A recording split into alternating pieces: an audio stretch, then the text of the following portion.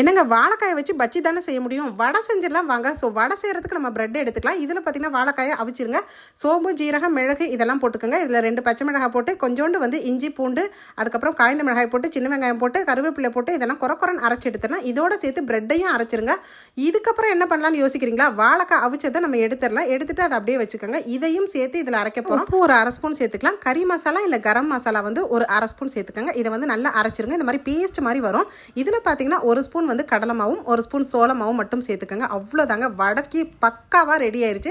So இதை இப்போ சப்பாத்தி மாவு போல் இந்த மாதிரி உருட்டிட்டு அதுக்கப்புறம் சாஃப்டாக வந்ததுக்கப்புறம் கொஞ்சம் கூட தண்ணி இல்லாமல் குட்டி குட்டியாக தட்டி எண்ணெயில் போட்டு பொரிச்சு எடுத்து அவ்வளோதாங்க உங்களுக்கு வாழைப்பூ வடை. என்ன வாழைக்காயும் ப்ரெட்டும் சேர்ந்த வடை வேறு லெவலாக ரெடி ஆகும். ஸோ எப்பவும் ஒரே மாதிரி வடை செய்யாமல் உங்கள் வீட்டில் வாழைக்காய் மிஞ்சி இருந்தால் இந்த மாதிரி ஈவினிங் அழகாக பருப்பு வடை போல் ஒரு வித்தியாசமான சுவையில் செஞ்சு அசத்துங்க. ஸோ நான் இன்னைக்கு செஞ்சு காமிச்சிருக்கேன். இந்த வித்தியாசமான வாழைப்பூ வடை வீடியோ பிடிச்சா லைக் பண்ணி ஷேர் பண்ணுங்கள்.